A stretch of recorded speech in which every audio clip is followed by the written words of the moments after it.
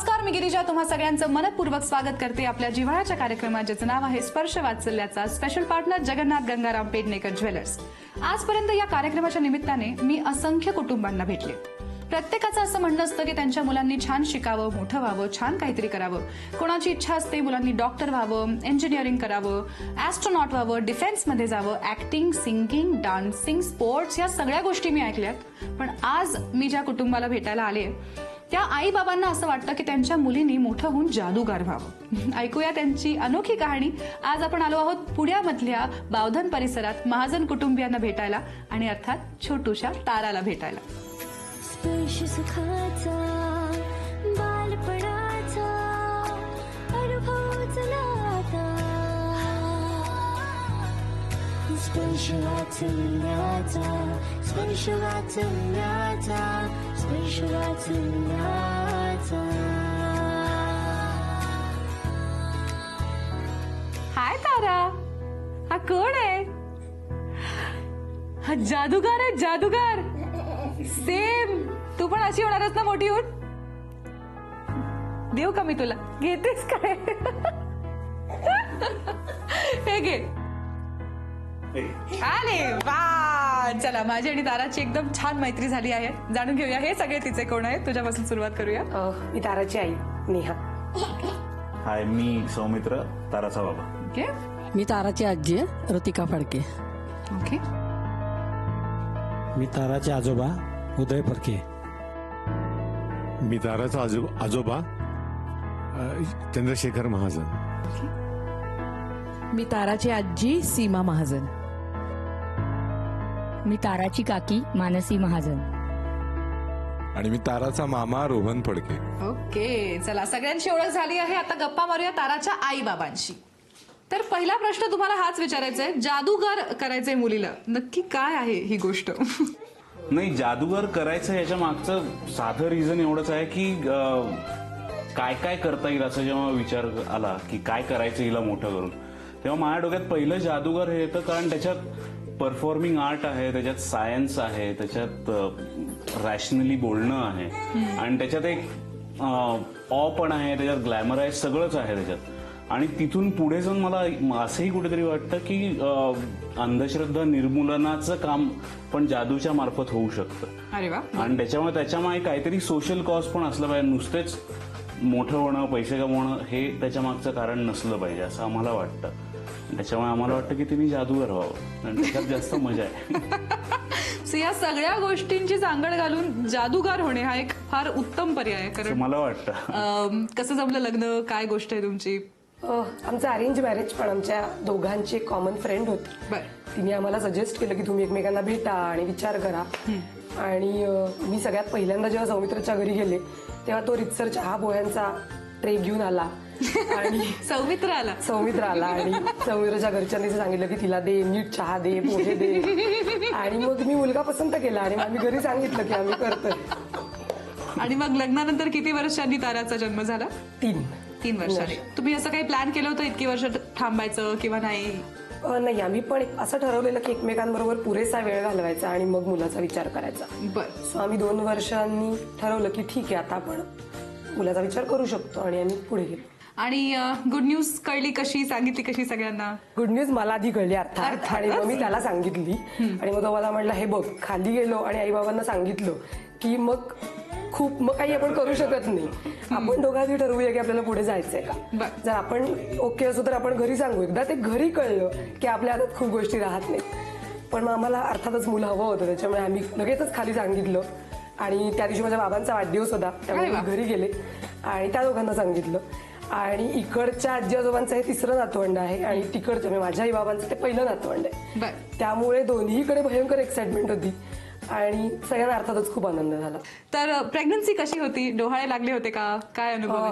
Pregnancy खूप छान होती, कारण मी माझ्या प्रेग्नन्सीच्या आदल्या दिवसापर्यंत खूप काम केलं होतं. आणि मला नॉर्मल जो वॉमिटिंग आणि याचा त्रास होतो तो ओळख झाला, पण असं खूप बेड रेस्ट आहे आणि 2 आठवडे झोपून राहायचंय, असं काही झालं नाही लकीली. ओके. डोहाळे कसले लागले होते? कसलेच नाही विशेष, पण एकदाच बंगाली मिठाई खावीशी वाटलेली. ओके. तेवढं. ओके. मजेशीर गोष्ट ती होती की आम्ही बंगाली मिठाई घ्यायला गेलो तेव्हा त्या स्वीट शॉप मधल्या त्या मालकाने आम्हाला सांगितलं की हे नका खाऊ ते खा, कारण ती प्रेग्नंट होती, तिचं पोट दिसत होतं त्या दिवशी. काय नका त्यावेळेस खाऊ म्हणाले? कुठली त्यांना तरी असं एक वाटलं की आम्ही मिठाई खरवस नका खाऊ. घेतोय. हा असं खरवस काहीतरी. घेताय. आणि आम्ही बिल द्यायला गेलो तर ते म्हणले ओ तुम्ही खरवस नाही घेतला ना. आणि मी होते की ऑलमोस्ट 8वा महिना आहे, म्हणजे एवढं तरी कळेलच की खरवस नाही काय. पण असे आम्हाला खूप, किंवा रॅन्डम रस्त्यावर जाणारी लोक, बायका, रिक्षावाले, हे अचानक 9 महिने माझ्याशी खूप चांगले वागले. सो माझं असं म्हणणं होतं की एरवीच बायकांची चांगलं वागलं पाहिजे, पण केवळ पोट आहे म्हणून तुम्ही बायकांची चांगलं वागू नका. माहितीच वेल. पण त्या काळात डिमॉनिटायझेशन झालं होतं. बरं. So मी बँकेत गेले आणि मी कधीही, म्हणजे मी असं ठरवलेलं की आपली प्रेग्नन्सी पुढे करून अशी कन्सेशन्स घ्यायची नाहीत, आणि मी त्याही वेळी ते ठरवलेलं. आणि त्यावेळी असं नोव्हेंबर महिना होता आणि जानेवारीत माझी डिलिव्हरी होती. सो मी पैसे काढायच्या रांगेत थांबलेले, तर तो वॉचमन येऊन म्हटलं की तुम्ही प्लीज लगेच आत जा. आणि त्या दिवशी मी एकदाच माझ्या प्रेग्नन्सीचा ऍडव्हान्टेज घेतला होता आणि जाऊन पैसे काढून आले होते. डिलिव्हरीच्या वेळा धावपळ झाली का? काय झालं? त्याही वेळी फारशी नाही झाली, म्हणजे आम्ही अशा आधी खूप प्रॅक्टिस केलेली की संध्याकाळी 7च्या ट्रॅफिकमध्ये कळा आल्या तर काय करायचं. आणि समोर मला असं वाटतं की आपल्या सगळ्यांवर बॉलिवूडच्या सिनेमांचा इतका प्रभाव आहे की आम्हाला असं वाटत होतं की अशी भयंकर कळा येणार आणि भयंकर असे सीन होणार. तर आम्हाला काही माहिती नव्हतं, आमचं पहिलंच मुलं होतं, तर आम्ही अशी सगळी तयारी केलेली. आणि सौमित्र असं मला शेवटी सांगायचं की हे बघ 7ला जर तुला असं काही झालं तर किमान 50 मिनिटं तुला दवाखान्यात पोचायला लागते, तर तेवढा आता तू बेअर कर, आपण अशी वेगळ्या वेगळ्या टाइम झोन्स मध्ये प्रॅक्टिस करूया वगैरे वगैरे. पण असं तेवढी काहीच तयारी झालं ठेव, नाही. कारण आम्ही कधी खूप काही तयारी सांगता येत केली. नाही. तुला वाटतं ही सिरियस आहे पेरेंटिंग बद्दल? तुझं काय? आणि आम्ही अशी बॅग भरून ठेवलेली, पण असं काहीच झालं नाही. माझे मित्र आदल्या दिवशी रात्री राहायला आलेले आणि सकाळी उठल्यानंतर चेकअपच होतं, कारण दिवस भरले होते. आणि आम्ही गेलो तर डॉक्टर म्हणले की मला वाटतं की हो ऍडमिट. मग मी सगळ्यांना फोन केले, सगळेजण आले आणि ऍडमिट झाले. ताराच्या जन्मानंतर आयुष्य कसं बदललंय? बदललंय म्हणजे खूप बदललंय. म्हणजे पहिलं वर्ष, पहिले एक 7-8 महिने मला आनंद तर वाटायचाच की मी आई झाली, पण मला भीती खूप वाटायची. म्हणजे जेव्हा माझ्याबरोबरच आया झालेल्या मैत्रिणी 1 महिन्याचा वाढदिवस, 2 महिन्याचा वाढदिवस, याच्यावरती अशा मोठ्या मोठ्या पोस्ट लिहायच्या की तू माझ्या आयुष्यात आला, माझ्या आयुष्यात उजेड पडला वगैरे वगैरे असं वाटतं. आणि मग मला असं वाटतं की मला तर भीतीच वाटते. म्हणजे पहिले 2 महिने उजेड सोडा, मला भीती वाटते. भीती वाटते. म्हणजे पहिले 2 महिने जेव्हा ती उठायची तेव्हा मला असं वाटतं अरे बापरे, तिथे 24 तास काढायचे कसे. आता काय करायचं, तिला बोलता येत नाही, तिला काय होतं ते आपल्याला कळत नाही. पहिले 2-3 महिने मी खूप घाबरून काढले. नंतर जशी ती मोठी झाली आणि मला कळायला लागलं आणि आमच्यात एक बॉन्ड तयार झाला, मग मजा आहे चालू. आणि या सगळ्यात सौमित्राची किती साथ होती? खूप आहे. म्हणजे 12:01 जन्म झाल्यापासून तो आहेच. वाह, कमाल.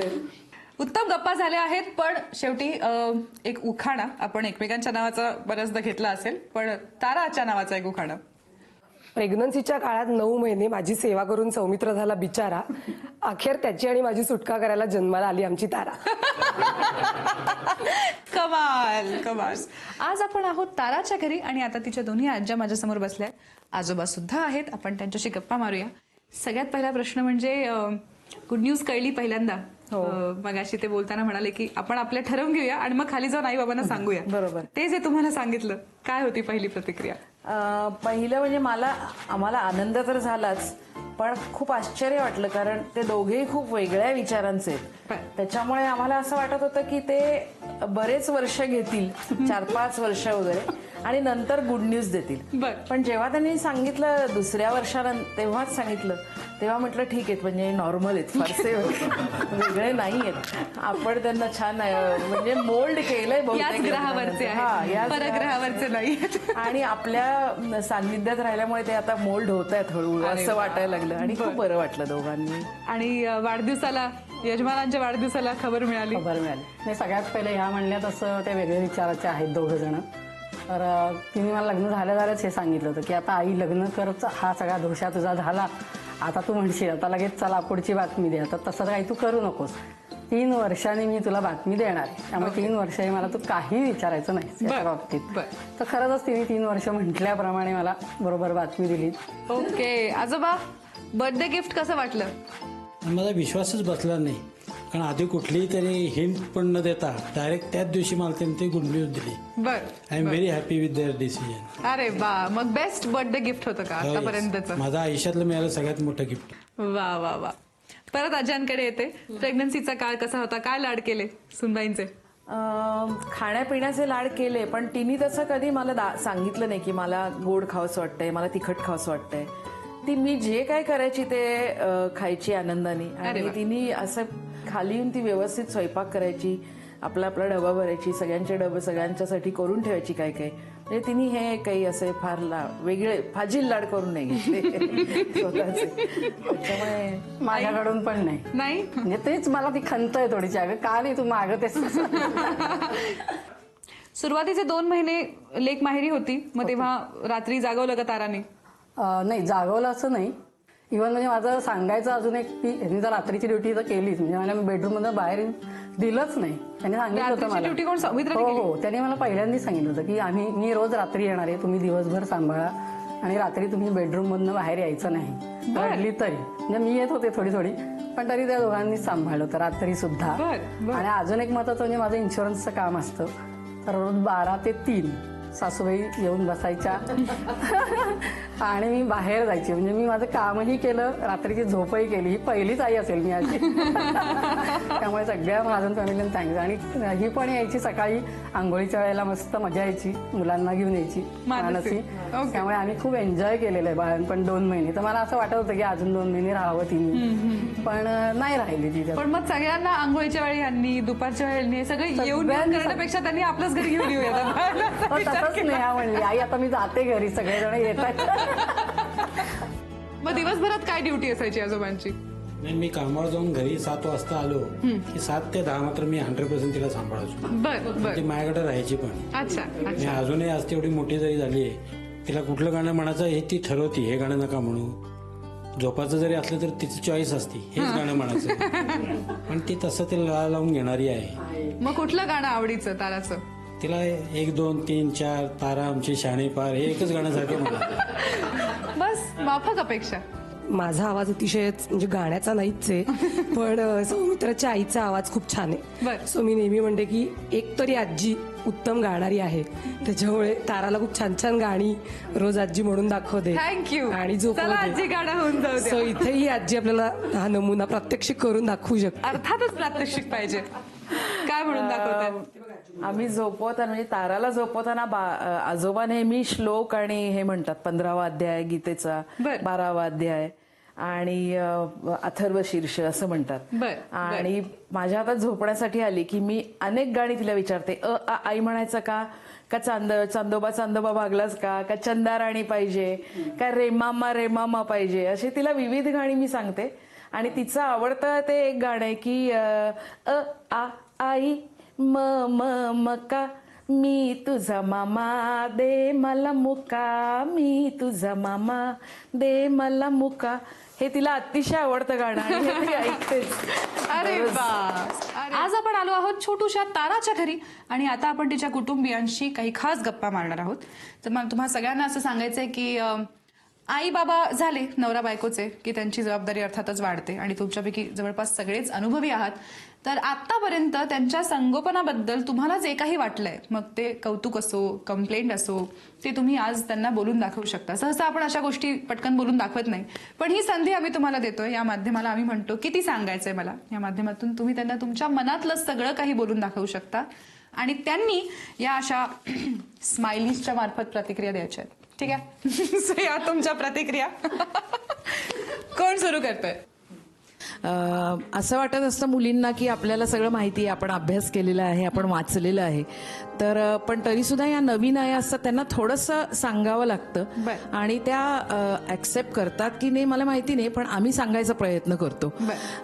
तर असं एकदा झालं होतं की 3-4 महिन्याची झालेली असताना तिला भूक तिची भागत नव्हती, हे आम्हाला कळत होतं.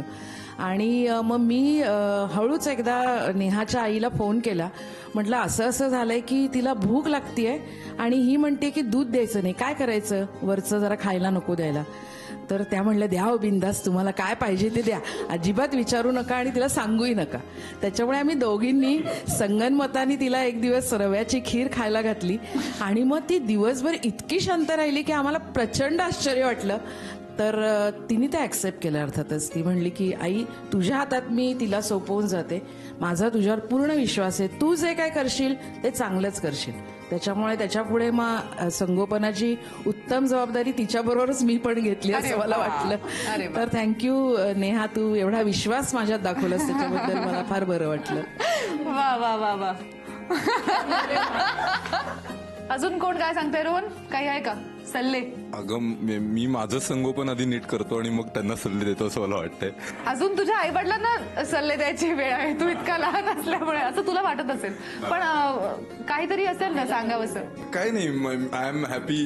जे काय आहे ते सगळं नीट चालू आहे, छान चालू आहे. छान करतायत ते. तारा अजून तरी मला भाव देते त्यामुळे मला बरं वाटतंय. आणि ती फक्त माझ्याबरोबरच सेल्फी काढते आणि या बाकी कोणाला भाव देत नाही ती मला. त्यामुळे फक्त तुझ्या बरोबर सेल्फी काढते, Yes. बाकीच्यांना भावना देत नाही देत. अरे वा, काय प्रतिक्रिया? तुला का रडू येतंय? कारण माझ्याबरोबर पण सेल्फी नाही काढत ती. खरंच दुसऱ्या कोणाबरोबर फोटो खरंच काढत नाही नाही? काढत ती. नाही, आम्ही खूप प्रयत्न केले पण नाही काढत. फक्त मामा बरोबर. फक्त मामाबरोबर. वा वा. सगळ्यांच्या मनातलं आपण जाणून घेतलं आहे, अर्थात तुमच्याही मनात एकमेकांविषयी अपेक्षा असतील, तर आधी मला सांग काय अपेक्षा आहे सौमित्रकडनं? सौमित्रला 3 भाषा येतात, तो चांगलं फ्रेंच, स्पॅनिश, पोर्तुगीज बोलतो. तर माझी अशी अपेक्षा आहे की त्यांनी तिच्याशी या 3 भाषांपैकी कुठल्या तरी एका भाषेत बोलावं आणि तुला छान स्विमिंग येतं तर त्यांनी जरा वेळ काढून तिला स्विमिंग शिकवावं असं मला वाटतं. ओके, सौमित्र काय अपेक्षा आहे? मला असं वाटतं की नेहाचा बराच अभ्यास आहे एकूणच बालसंगोपन आणि एकूणच सगळ्या ह्याच्यात. तर मला असं वाटतं की अभ्यास बरोबर आहे पण थोडंसं रिलॅक्स व्हायला हरकत नाही बालसंगोपन असं वेळेस. थोडं रिलॅक्स करावं. नेहा. थोडंसं रिलॅक्स करा. चला, या निमित्ताने ताराच्या साक्षीने आणि सगळ्यांच्या साक्षीने एकमेकांना हे प्रॉमिस करून टाका बरं. आमच्याकडे हात धरून प्रॉमिस करतात. ओके. तारा बघ, आई बाबांनी हात धरलाय, ते कसे एकमेकांना प्रॉमिस करतायत ते बघ. ते बघ काय चाललंय त्यांचं, ते बघ. करा बरं प्रॉमिस, आम्ही दोघे बघतोय. सो मी प्रॉमिस करतो की मी तिच्याशी वेगळ्या वेगळ्या भाषांमध्ये बोलीन आणि तिला स्विमिंग पण शिकवेन. आणि मी प्रॉमिस करते की मी फार काही करणार नाही, चिल राहील. चला, तारुबाईंच्या आई बाबांनी एकमेकांना प्रॉमिस केलं आहे. आता त्यांच्याबरोबर एक छोटासा खेळ खेळूया. तर खेळ असा आहे, गिफ्ट रॅपिंग करायचंय तुम्हाला. इथे काही बॉक्सेस आहेत, ते बॉक्सेस तुम्हाला फोल्ड करून तयार करायचे आहेत. त्याच्यानंतर तिथे गिफ्ट पेपर आहे, त्याने त्याला गुंडाळायचं आहे, त्याला ही फीत बांधायची आहे. ठीक आहे, एकाने बॉक्सेस बनवायचे, एकाने ते रॅप करायचे. हे नंतर बदलता येणार नाही, आत्ताच ठरवून घ्यायला लागेल. तुम्हाला 2 मिनिटांची वेळ दिली जाईल. 2 मिनिटांच्या आत कमीत कमी 3 बॉक्सेस पूर्णपणे बनवून रॅप करून त्याला रिबन बांधायची आहे. जर तुम्ही तसं करू शकलात तर तुम्ही जिंकणार आहात तारासाठी खास झी युवा तर्फे मानाचा चांदीचा बाळकृष्ण. रेडी? कोण बॉक्सेस बनवणार आणि कोण रॅप करणार? मी बॉक्सेस बनवतो मी अच्छा, आणि रिबिन बनवतो, तू रॅप कर. ठरलं? तू सौमित्र बॉक्सेस बनवणार, नेहा रॅप करून रिबिन बांधणार. ओके, तर तुमची 2 मिनिटांची वेळ सुरू होते आता.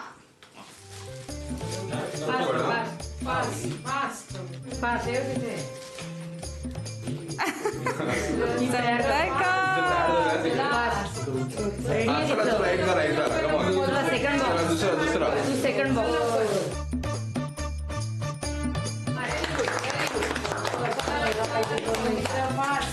अरे तू तिसरा बघ.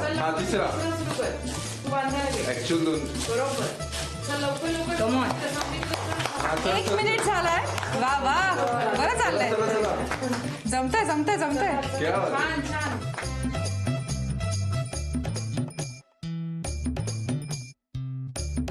ओके, 1.5 मिनिट झालाय. कमाल.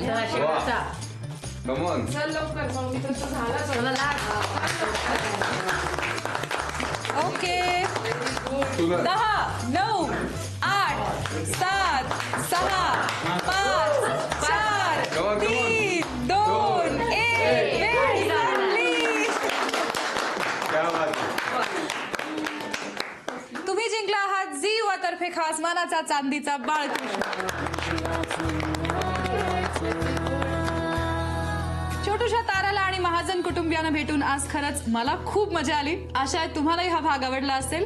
अशाच एका नव्या बालपणाला साजरं करण्यासाठी भेटणार आहोत पुढच्या भागात आपल्या जिव्हाळ्याच्या कार्यक्रमात, ज्याचं नाव आहे स्पर्श वात्सल्याचा. Special partner Jagannath Gangaram Pednekar jewellers.